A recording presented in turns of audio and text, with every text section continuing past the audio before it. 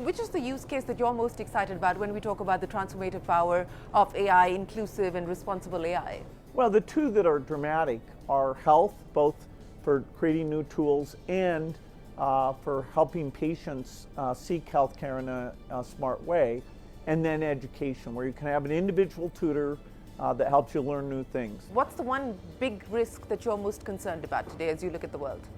Well, the instability, that includes things like U.S.-China relations, that could slow down all this progress, and so hopefully you get reasonable works on both sides, and India can play a role there.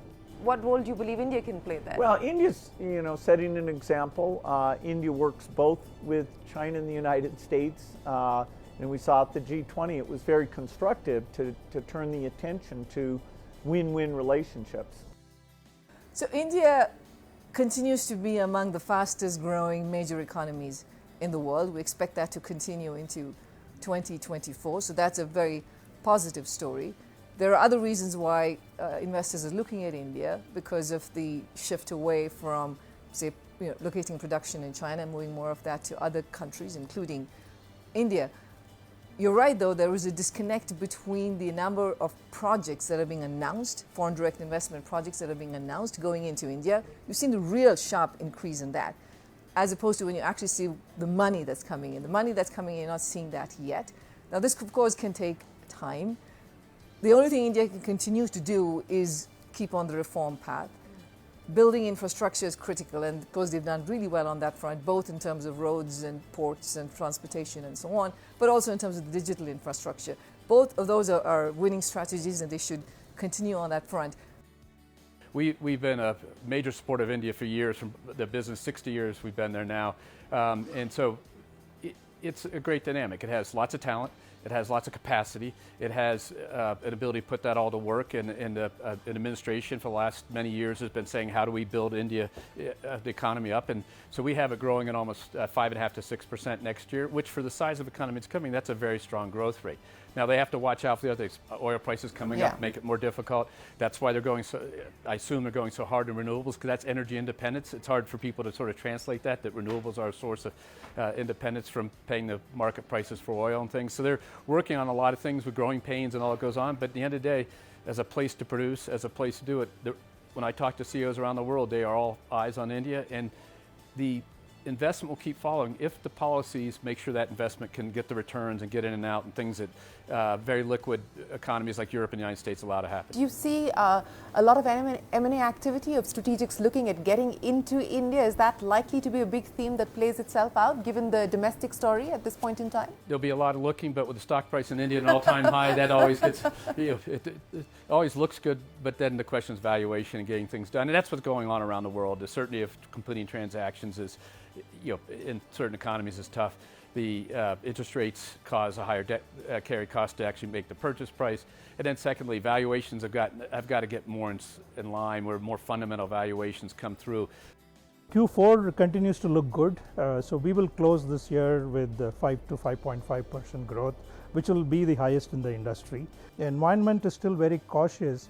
There are some pockets where we are seeing some resilience, like SAP transformation, data transformation, in some pockets cloud migration, cybersecurity. So we are very sharply focused on those areas where the spending is resilient. We have a large Indian delegation. In fact, the promenade has pretty much been taken over by India, whether it's government, state governments, or corporate India. What's the mood on India in 2024? One word, bullish, still.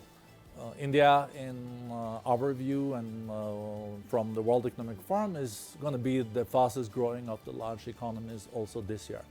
I have used this analogy about the snowball. So if you start with the snowball on top of this mountain, even if it's that small, it starts to roll, it goes faster and faster and gets bigger and bigger. And this is what now is happening in India, going from a $3 trillion US dollar economy to a $10 trillion dollar US economy in the years to come, provided, of course, that the reforms do continue, that education is a priority, making sure also that red tape and good governance is at the top of the agenda.